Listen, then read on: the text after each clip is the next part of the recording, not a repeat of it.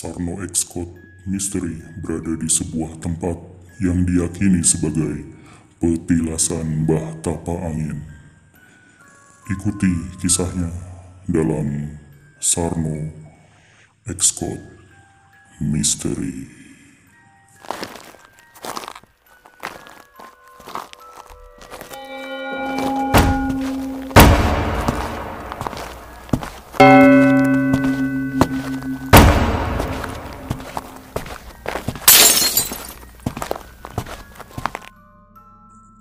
Berlokasi di kaki gunung dan diapit oleh dua buah lereng, menambah suasana di lokasi ini menjadi dingin dan seram.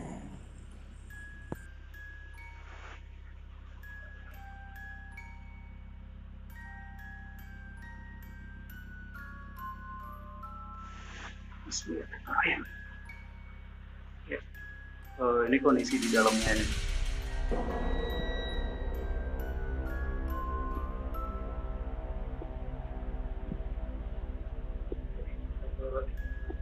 Seperti ada bekas bunga atau apa, kurang paham. Mungkin kelelawar.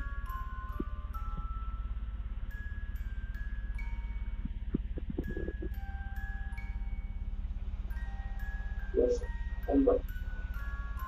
Karena di sini suhunya memang dingin, jadi lembab ya.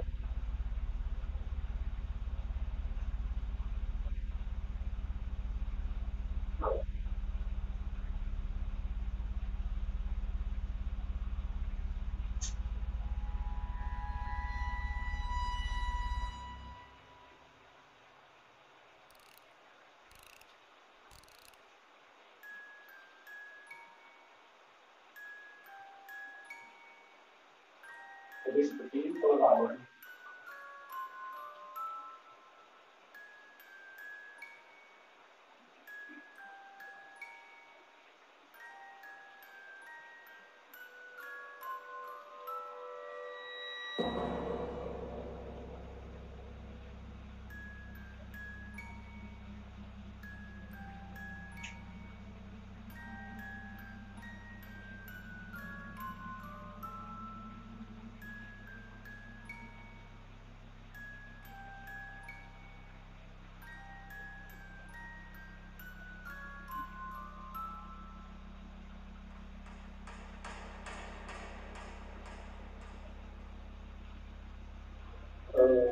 Awalnya lembab banget sih.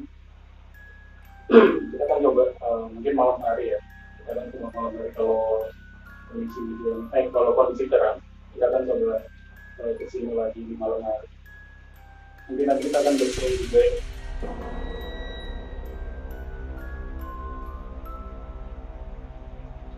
Kita akan coba membersihkan tempatnya karena ini banyak kotoran kelelawar.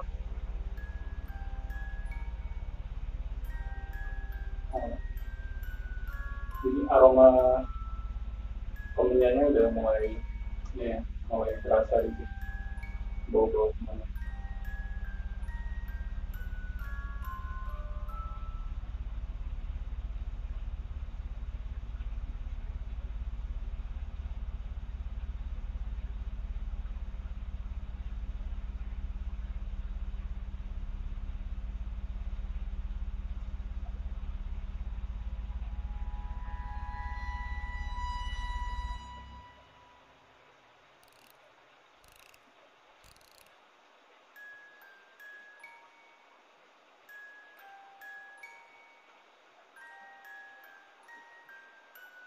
Coba membakar lilin biar bau di ruangan ini keluar ya, bau pengapnya itu keluar.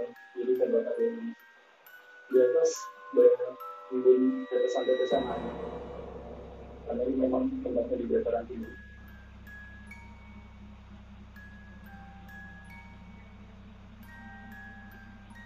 Teman-teman mau kita apa?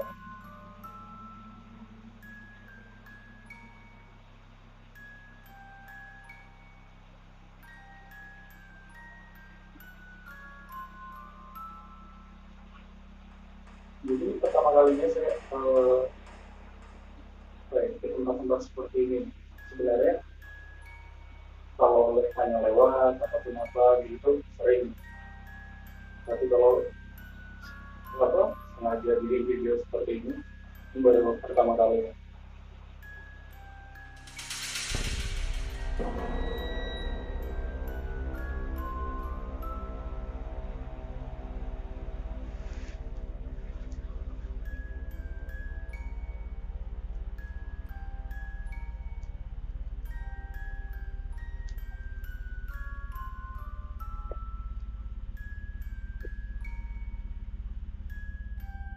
Jadi nanti kita akan sudah tahu sosok apa angin itu siapa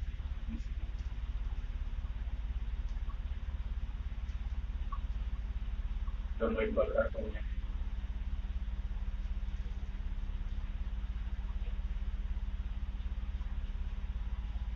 Tapi saya percaya orang zaman itu memang seperti itu, karena cerita dari mbak saya sendiri pada zaman dahulu itu mereka benar-benar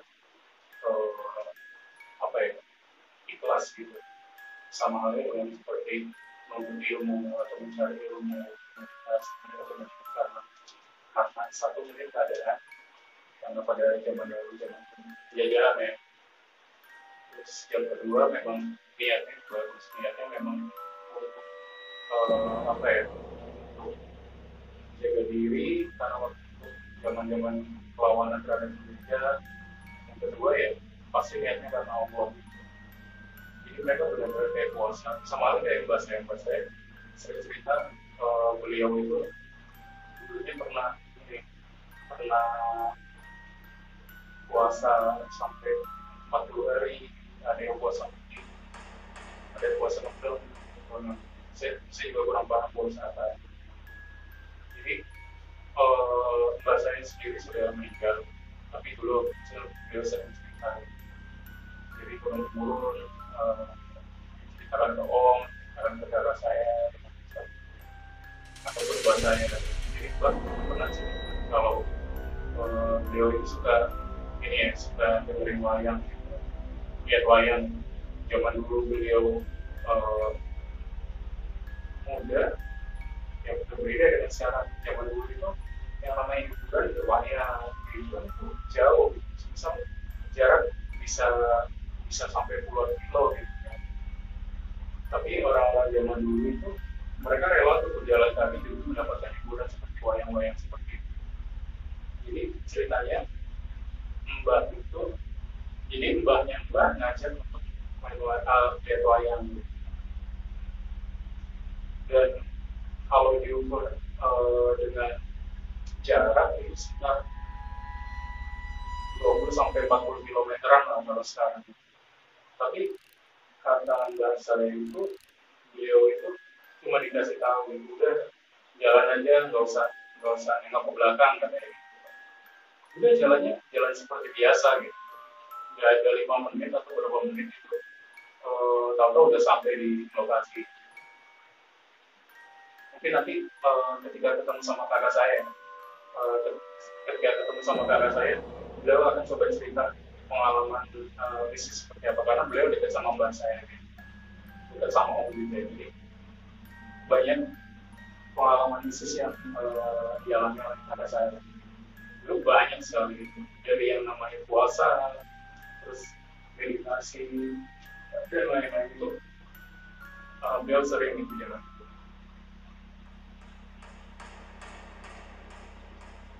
Jadi kalau istilah orang zaman dulu itu katanya namanya itu beliau itu pakainya kantong macan.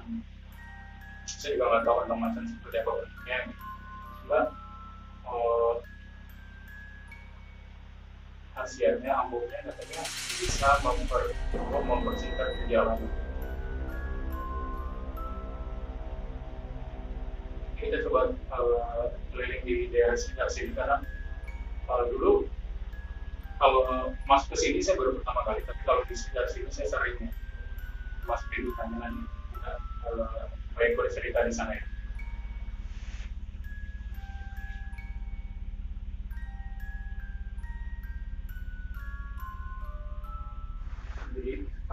kita tinjauan lokasinya cukup di sini aja untuk tempat ini, untuk petilasan ini. Kita lanjut ke tempat yang lain, kita coba ini.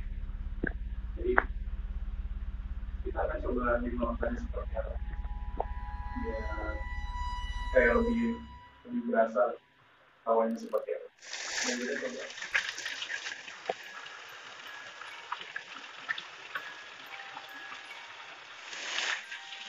Jadi di sebelah kanan itu air panas, sebelah kiri itu air dingin. Ini sejuk banget ya. Dulu saya sering buat mandi di sini.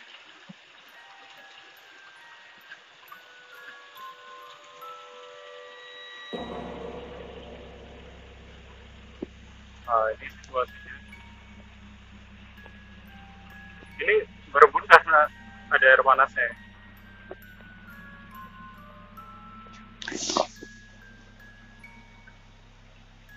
Oh, ada katak. Itu ada katak mati sebelah. Jadi kita nggak mungkin turun ke bawah.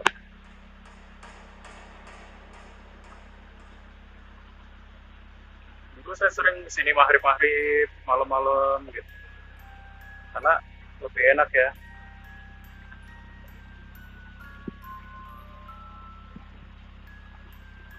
Air yang ada di sini itu bersumber dari sini. Ini ada sumber air mati.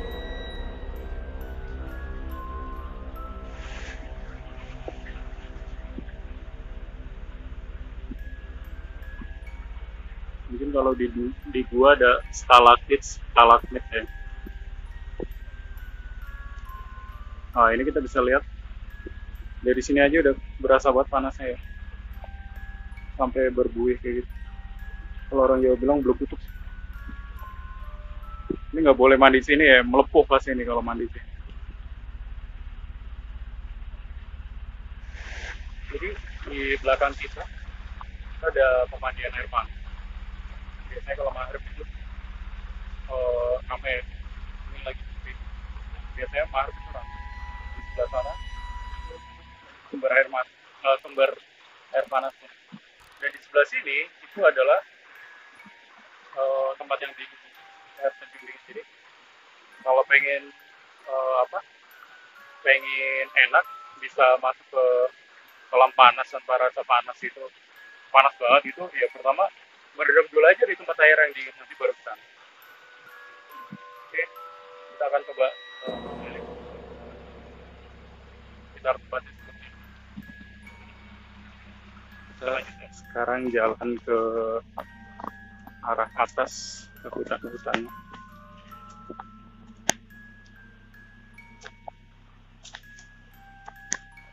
Hati-hati licin.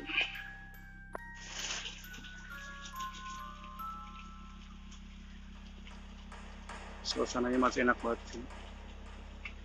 Ini buat menenangkan pikiran enak banget. Nah, di sana kayak ada cekungan ya. Kita mau ke sana cuma nggak bisa karena rumput sama lumpurnya. Kita lanjut ke atas. Jadi jalannya seperti ini. Kita harus hati-hati.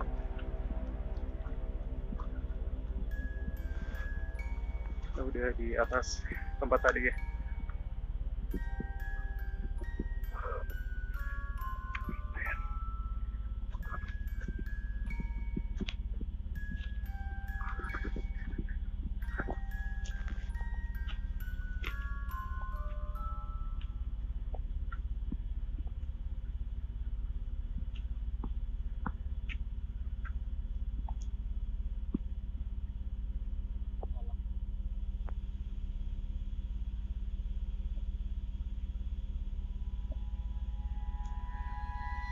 Ini ada pipa air, itu tembusannya ke sana tuh. Ada mata air di sana, namanya bak air. Cuma jalannya susah, karena lewat hutan. Nah, jadi kita mau ke bak air. Udah lama banget saya nggak ke bak air. Zaman dulu. Ini lagi.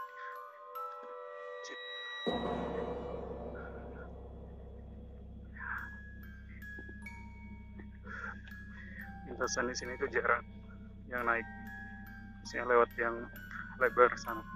Ini bekas babi nih katanya nih, bekas babi hutan. Ini nggak tahu lubang apa, biasanya lubang ular nih kayak gini, bekas-bekas. Oh, bekas ada telapak babi.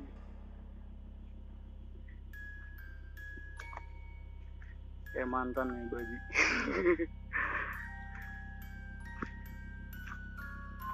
Ini nyari apa ya? Jadi kita mau ke bak air. Udah lama banget nggak ke bak air. Nah, sendiri ke bak air. Wah, nanti kita cerita di lokasi ya. Kita cerita di lokasi. Pengalaman apa ya di bak air. Ini lagi. Sebelah kiri.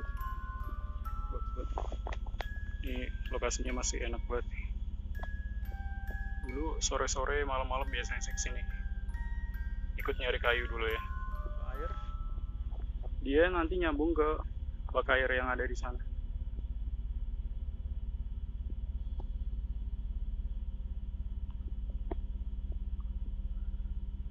Dulu kita sering malam-malam kesini. Dulu nggak ada kamera jadi kita nggak bisa ngambil jatuh. Nanti di atas lagi ada lagi tuh perkilasan atas angin. Kalau tadi itu tapa angin, kalau di atas namanya atas angin.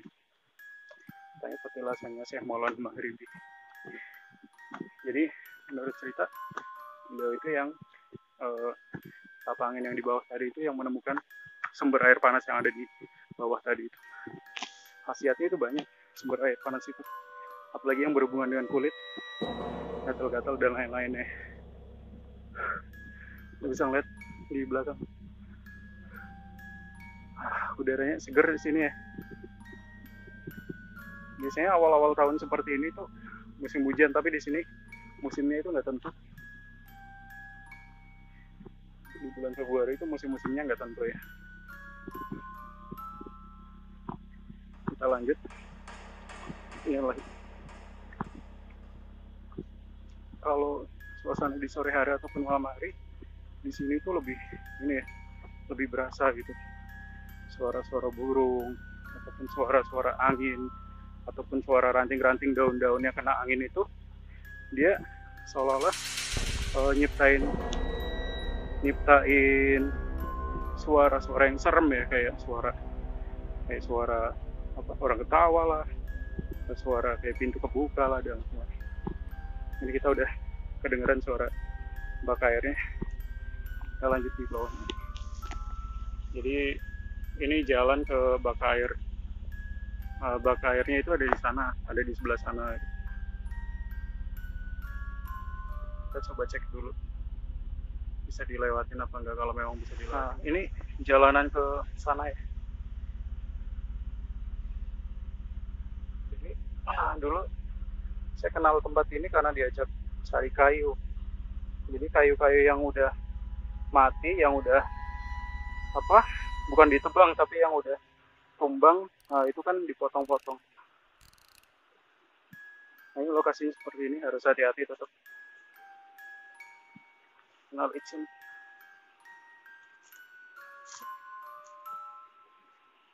Kelihatan dari sini. Nyampe. Ini ya kolam airnya. Pipanya ada di situ, jadi kolam airnya ada di situ. Lokasinya di sekitarnya seperti ini.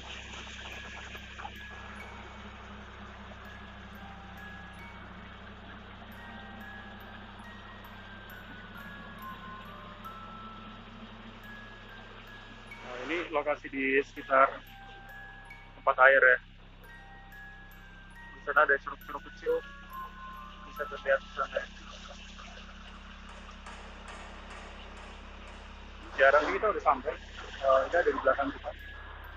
Di belakang lagi ada kayak curug kecil ya di belakang.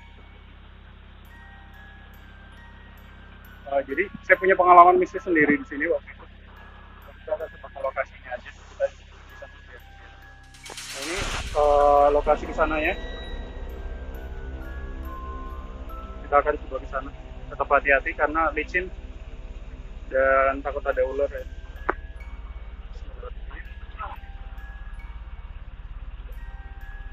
suasananya enak banget, masih dingin ya, masih asri. Nah itu kelihatan ada sumber mata air.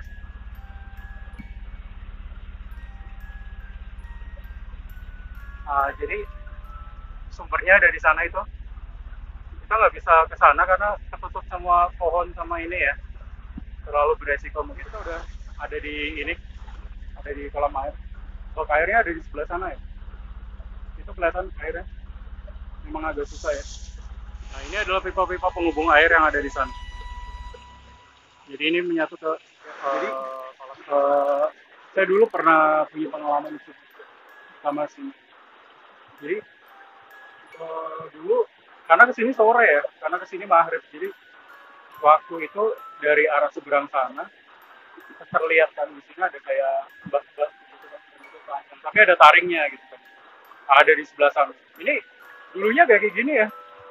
Ini karena apa ya? Karena itu jarang dicek atau apa pipa-pipanya, jadi rimbun ya. Ini tempatnya dia kayak curug gitu. Cuma memang nggak ada yang lewat sini.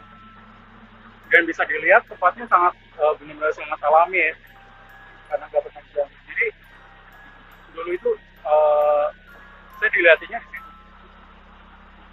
ada sosok mbak-mbak, tapi taringnya panjang, rambutnya putih, itu pakaiannya lucu. Jadi kenapa saya bisa sampai ke sini? Karena memang dulunya pernah diajak sekali sama Pak Ahmad namanya.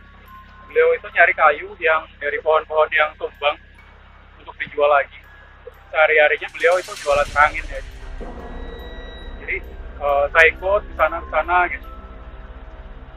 Terus ya ini dikenalin tempat ini. Beliau juga cerita pengalaman bisnis yang beliau sering lihat di sini gitu. Terutama ya ini di kolam air ini, di kolam air ini. Kalau beliau sendiri orangnya berani ya, sangat berani. Sampai malam di hutan ini juga beliau berani karena dulu pesan beliau itu harus selalu berpikir positif. Kita kan coba malam hari gitu, lewatin sini, tapi kemungkinan saya nggak mau sendirian karena takut kenapa-napa juga di hutan seperti ini kan. Oke, jadi kita lanjut lagi. Kalau dilihat dari atas kelihatan itu ya baknya. Kelihatan air terjunnya sebelah sana. Tadi sana tuh yang belum.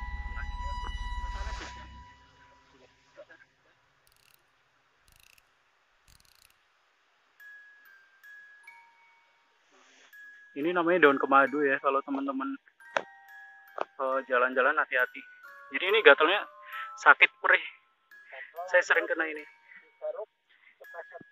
Digaruk sakit. Jadi ciri-ciri yang gatal itu di bawahnya ada bulu-bulunya biasanya nih.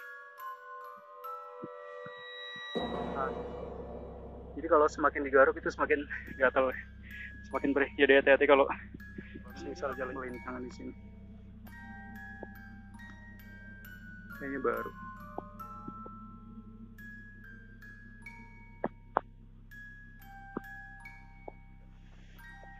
Gua kecil. Buat babi nih biasanya.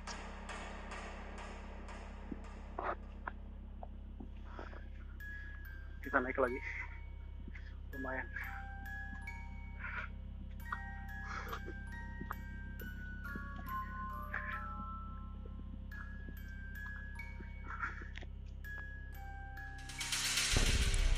Nantikan dan saksikan kelanjutan ceritanya hanya dalam Sarno X Code Misteri.